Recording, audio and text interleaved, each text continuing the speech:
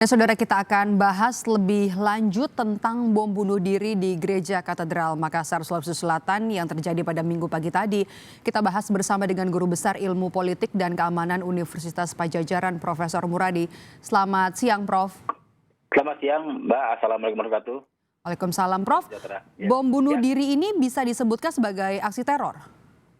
Oh iya, dengan polanya ya otomatis itu dia bagian dari teror ya. Hanya memang kita juga berada dalam posisi yang agak unik sebenarnya karena memang ini kan pertama sejak mungkin hampir tahun terakhir ya, yang kemudian agak besar, kemudian juga walaupun korban dari bukan apa yang korbannya hanya tidak sampai tewas dan sebagainya, tapi ini cukup agak mengagetkan karena targetnya kembali ke pola lama. Ini yang saya kira nanti kita diskusi bagaimana sebenarnya mereka ini bukan orang-orang yang selama ini menjadi bidikan dari teman-teman Densus maupun teman-teman BNPT ya, tapi memang ini adalah jaringan lama yang kemudian punya kecenderungan untuk menggunakan pola-pola ya kembali ke pola lama. Jadi dia akan menggunakan menyasar target-target yang sebenarnya selama ini kita anggap sudah tidak lagi terlalu dijadikan target ya. Banyak dari mereka kemudian menggunakan simbol-simbol yang berkaitan dengan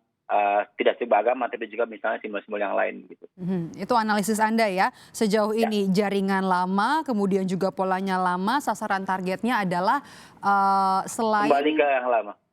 Kembali lagi. Jadi tidak lagi kemudian paling gampang begini Mbak, paling mudah misalnya. Saya ingat sekali mungkin sekitar bulan November itu teman-teman Densus, teman-teman BNPT sudah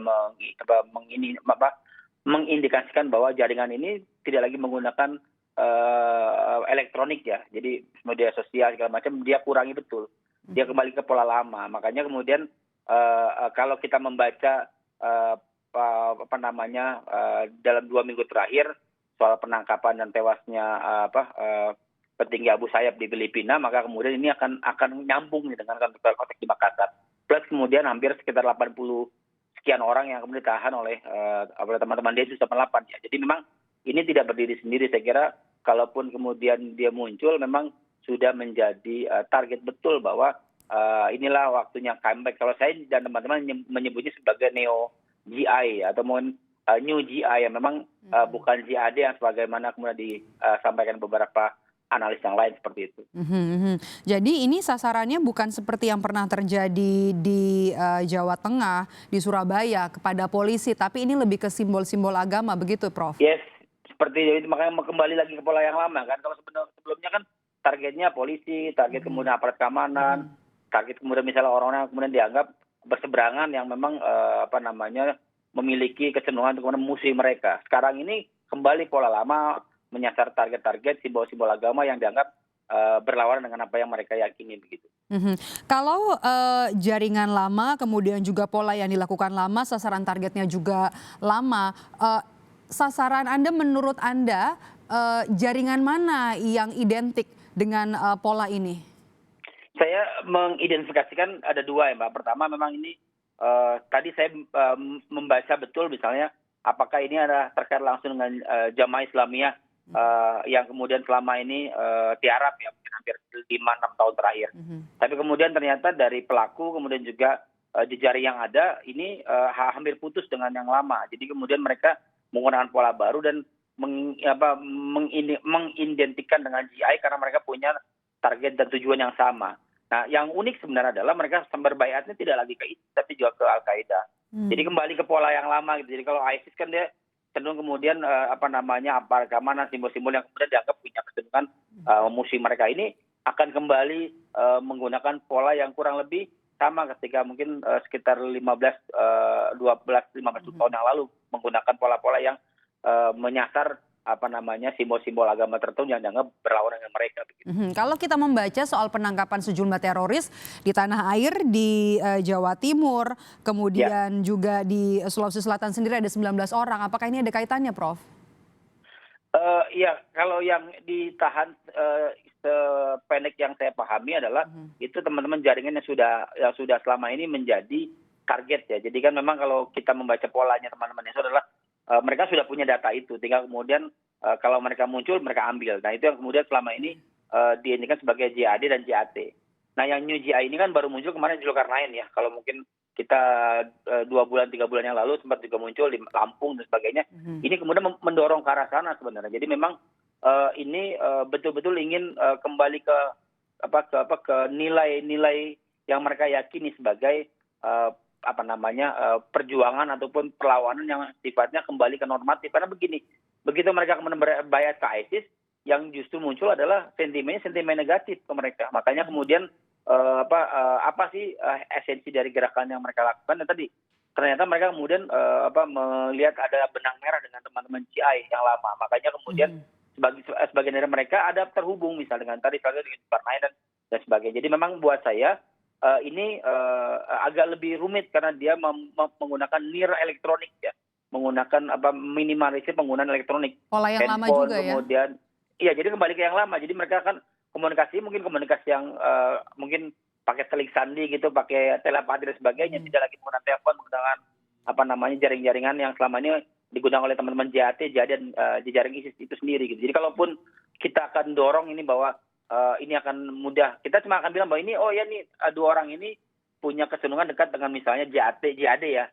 karena mungkin 2016 mereka bawa orang ke Suriah. Saya bilang orang-orang ini sebenarnya sangat normatif. Dia tidak ingin terpetakan sebagai pola yang sama. Makanya kemudian dia menggunakan pendekatan agak berbeda. Makanya ada satu sisi cross ya antara teman-teman JAD dengan teman-teman GI tadi. Nah, mereka setuju dengan pola-pola yang kemudian ditawarkan oleh teman-teman GI yang baru ini, misalnya dengan meminimalisir penggunaan telepon, menggunakan sosial media dan sebagainya. Dari situ ini kemudian biasanya kalau kemudian bom seperti ini 1-2 hari teman-teman di Makassar ya, teman-teman perwakilan Densus 88 di Makassar ataupun BIN di Makassar biasanya sudah membaca pola itu. Ya, tapi karena mereka menggunakan minimum elektronik, maka kemudian pola itu kemudian tidak terbaca. Makanya saya kira ini salah satu tangan-tangan agak baru ya, walaupun sejak 4-6 bulan yang lalu sudah teridentifikasi bahwa ada jaringan lama tapi pola baru karena dia tidak lagi menggunakan sosial media, maka kemudian dia agak rumit, agak susah untuk kemudian kita identifikasi. Kalau saya sih menganggap bahwa ini selnya agak lebih kalau orang Jawa perlu dipetani betul itu. Jadi mereka harus dipisahkan betul misalnya dengan jejaring yang lama selama ini. Selama ini kan sudah, kalau dalam bahasa mereka itu sudah terintegrasi ya. Maka kemudian mereka akan memisahkan itu, dan saya kira Makassar ini adalah salah satu comeback-nya mereka untuk kemudian mengatakan bahwa mereka sudah siap lagi untuk tanda kutip ya untuk memerangi pemerintah kita gitu. Nah, Prof, penangkapan gencar dilakukan oleh petugas keamanan termasuk juga ya oleh Densus juga kemudian. Tapi hari ini aksi masih terjadi, kita tahu minggu pagi tadi. Apakah ini semacam kecolongan begitu, Prof? Iya, tadi saya bilang dari awal sebenarnya mereka sudah baca itu bahwa ada kelompok di luar JAD dan yang terafiliasi ISIS yang kemudian menggunakan pola yang tadi NIR elektronik tadi saya bilang di awal. Makanya kemudian mereka sudah baca itu, hanya memang karena komunikasinya tidak bisa membaca komunikasi yang terjadi. Betul. Makanya kemudian yang ini muncul begitu. Kalau yang JAD yang kemarin ditangkapin hampir 80-an orang lebih, saya kira itu sudah dari awal sudah tinggal klik saja, tinggal diambil, karena mereka di mana, komunikasi dengan siapa sudah dapat mereka. Hanya memang hari ini mungkin buat saya adalah tantangan baru untuk kemudian membaca mereka sebagai gerakan yang meminimalisir penggunaan elektronik tadi gitu loh, Mbak. Nah, apa yang harus dilakukan Densus dengan tantangan baru ini? Sebenarnya ini kan masih ada benang merah ya. Kalau kemarin misalnya kelompok Zulkarnain ditahan, itu kan bisa kemudian pelan-pelan kemudian mereka bisa urai. Ya memang tidak bisa waktu cepat karena penggunaan minimum elektronik tadi. Tapi buat saya sebenarnya ini ya butuh 1-2 bulan ke depan untuk bisa mereka tanda kutip ya melakukan penyusupan dan sebagainya. Karena begini, Mbak, ini sudah agak berbeda. Karakternya memang saya kira saya kalau melihat membaca misalnya dulu bom Bali ya 2001 2002. Nah, ini sudah agak mirip dengan pola-pola mereka itu. Jadi mereka sasaran bukan aparat keamanan, tapi sana adalah simbol-simbol asing, simbol-simbol barat, kemudian agama dan sebagainya. Tinggal saya kira kalaupun kemudian ini bisa dipisahkan dengan JAD, karena sebagian nanti mereka akan tertarik juga nih, termasuk misalnya 2 orang ini kan sudah tertarik untuk menjadi bagian dari new GI tadi begitu kan. Mhm, mhm. Harusnya kan ketika Densus bisa membaca bahwa pola yang dilakukan dan jaringan ini adalah orang lama yang pernah juga melakukan aksi teror, harusnya bisa membaca ya pola komunikasi seperti apa yang digunakan, termasuk juga alat komunikasi apa yang digunakan oleh jaringan ini. Ya sejauh ini sebenarnya ya tadi sejauh ini memang sebenarnya mereka benar-benar mengurangi betul. Jadi tidak lagi terpaku dengan katakan misalnya begini, ada misalnya kita punya aplikasi WhatsApp ya, mereka pindah ke Telegram, mereka pindah Telegram, kemudian ke macam-macam tuh ya. Tapi kemudian itu mereka tetap di-crack ya, bisa ada dihindari ya. beberapa yang kemudian betul. Jadi akhirnya mereka kemudian komunikasinya tadi lebih ke misalnya kalau tadi misalnya yang 2 orang ini kan mereka kemudian lebih banyak mendatangi tempat-tempat pengajian, kemudian kajian-kajian keagamaan dan sebagainya. Di situ mereka kemudian melakukan komunikasi. Di luar itu saya kira memang perlu effort yang agak lebih ya untuk bisa kemudian memetakan ini. Karena meski kemudian mereka ini polanya jaringan lama, polanya kembali ke yang lama, tapi kemudian ada tantangan tadi. Kita kan selama ini dalam konteks misalnya Yumin kita nggak ada masalah, kita jago di situ. Tapi begitu kemudian Yumin itu human intelligence Mbak ya, intelijen manusia ya. Itu kemudian mereka menggunakan pola yang sama, itu ada kerumitan baru. Kenapa? Karena memang butuh insting yang luar biasa. Saya kira teman-teman Densus masih punya itu gitu, walaupun memang butuh waktu mungkin 1-2 bulan untuk bisa kemudian mengcrack mereka supaya kemudian mereka bisa memantau pergerakan kelompok baru ini gitu. Oke, Prof, kalau kita Baru lihat tapi lama tapi. kalau kita lihat ke belakang dengan pola komunikasi yang dilakukan seperti ini, tidak menggunakannya pola lama ya, tidak menggunakan jaringan komunikasi yang bisa diretas oleh Densus. Pola komunikasi ini pernah juga dilakukan oleh jaringan mana, melakukan aksi teror di mana, Prof? Kalau dulu waktu zamannya misalnya Abu Bakar Bashir ya tahun 2000-an awal kan juga mereka meminimalisir penggunaan itu. Misalnya katakanlah dulu misalnya saya ingat sekali waktu 2001-2002 itu ketika sempat ketemu untuk wawancara misalnya Imam Samudra ya, dia bilang arahannya tidak pernah melalui sosial media atau melalui handphone. Alat komunikasi. Tapi kemudian alat komunikasi, tapi mereka kemudian diminta untuk melakukan tindakan, aksi dan sebagainya. Dan saya kira hari ini pun saya menduga itu dilakukan, makanya perlu effort luar biasa buat teman-teman Densus dan kita terutama ya untuk bisa membaca pola ini. Karena sejauh ini walaupun saya ada ruang yang saya kira perlu juga digali lebih dalam misalnya. Ternyata dari kajian sejak tahun 98 sampai 2020 ya kira-kira, ternyata kelompok-kelompok teror di Indonesia ini kan terafiliasi dengan kelompok-kelompok teror di luar gitu. Jadi memang ini sebenarnya pintu masuk buat teman-teman Densus dan teman-teman BNPT untuk bisa kemudian memetakan. Karena kalaupun kemudian mereka tidak bisa masuk melalui jejaring media, maka kemudian saya kira bisa masuk membaca itu dengan misalnya penggunaan transfer dan sebagainya, penggunaan pembiayaan dan sebagainya yang selama ini kemudian menjadi domain mereka yang nggak bisa kita mereka hindari sendiri, karena mau tidak mau anggarannya juga ada jejaring internasional. Transfer mencurigakan kalau misalnya komunikasi tidak dilakukan dengan media sosial ataupun juga media percakapan yang umum dan juga bisa diretas.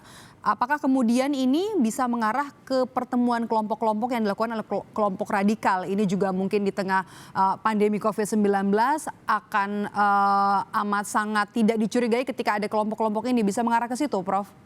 Iya, jadi kalau saya ini kan ruang 3 hal ya Mbak. Kalau kita ruang pertama memang mereka menganggap bahwa teman-teman Polri dan TNI itu fokus pada perbantuan untuk fokus pada upaya membatasi ruang gerak publik supaya tidak penyebaran COVID-19 tadi. Itu poin pertama sih, karena mereka punya ruang di situ. Yang kedua, ya saya kira ini juga menjadi salah satu poin penting adalah pengajian itu ataupun bukan pertemuan itu kemudian itu sifatnya jadi sangat private. Nah ini yang saya kira perlu juga betul-betul mulai lagi karena gini, mulai lagi kemudian mengurai lagi, tidak lagi hanya sebatas teman-teman Densus 88 ya, tapi juga misalnya Babin Kaptimas, Babinsa dan Babin Kaptimas yang memang di masyarakat yang memang melihat itu. Mereka tidak menggunakan rumah ibadah, mereka menggunakan misalnya rumah-rumah di antara mereka yang kemudian 5-10 orang dan terjadi interaksi dan komunikasi di situ begitu. Jadi saya kira ini perlu kembali lagi ke tanda kutip ya, habitat awal bahwa teman-teman polisi dan militer TNI ya itu kemudian kembali misalnya juga kembali ke fungsi awal. Jadi kemudian fungsi untuk perbantuan COVID itu perlu kemudian juga di-split supaya mereka tidak lagi bahasa tadi Mbak tadi kecolongan tadi begitu seperti itu. Baik, terima kasih sudah bergabung bersama kami memberikan analisa Anda. Siang hari ini Guru Besar Ilmu Politik dan Keamanan Universitas Padjadjaran Profesor Muradi telah bergabung bersama kami di Breaking News Kompas TV.